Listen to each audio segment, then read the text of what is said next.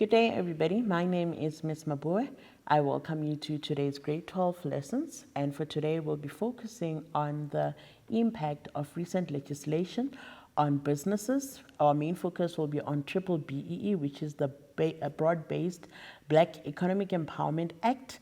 And for today, we'll be focusing on the application questions of this topic. All right, let's start with the first question.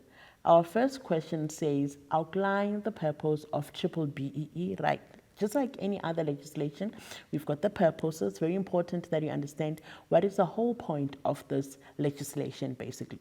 So we're going to move on from the second question. It says, suggest ways in which businesses can comply with the BBBEE. So over and above knowing the purpose, you know that you must know the impact. From the impact, you need to know the actions that are regarded as discriminatory. By actions regarded as discriminatory, saying as a business, if you don't comply, it means you are being discriminatory. So from the actions that are regarded as discriminatory, we've got the consequences of that. So if you're being discriminatory as a business, there are discriminatory ways in which the consequences, basically. And then from the consequences, we've got ways in which you can comply. So how to comply in order for you to avoid those consequences.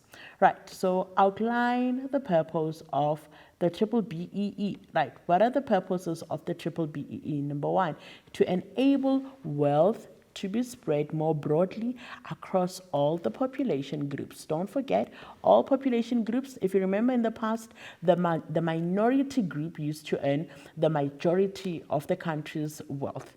And then whereas the majority of the country's population would earn the minority of the country's population. So now the government says, let us now redress the imbalances of the past. How to redress the imbalance of the past? By introducing the BBBEE Act.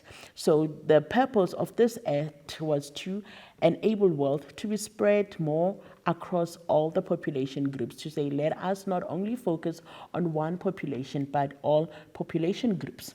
Right. Secondly, to outline the areas that would give the government a platform for bringing about an equitable spread of wealth. This just explains basically what I just mentioned now. Right. Lastly, it allows for the development of the codes of good practice. All right, let's move on to the second question.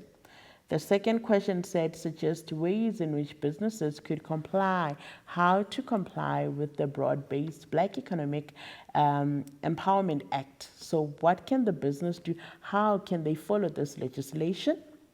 All right, firstly, as a business, appoint black people. Remember, I did say that the whole purpose was to enable wealth to be spread across. So how do you spread wealth across? By appointing black people in managerial positions. Very important, when you're in managerial position, you are able to make decisions, isn't it? Remember, decision is done by one person, and one person who is in senior management, who has authority, basically. So how do you ensure that wealth is spread amongst all the population group? By appointing black people to be in managerial position, to be in executive position, chief executive, to be CEO of companies, to have influence in these companies or in businesses. And then secondly, ways in which a business can comply is by selling the shares to black employees, ensuring that the black people are shareholders. Remember, when you're a shareholder, it means you're an owner. You're not really an active manager. You're not even a manager. You are just an owner. So when you are the owner, it helps you as a black person. It makes what? It makes the wealth to be spread across all populations, because you're a black person, you are owning. And you are an owner. And remember, when you have shares, and then it means you are getting what as a benefit, or as a reward for being an owner or having shares. It means you're getting what? The dividends from that company.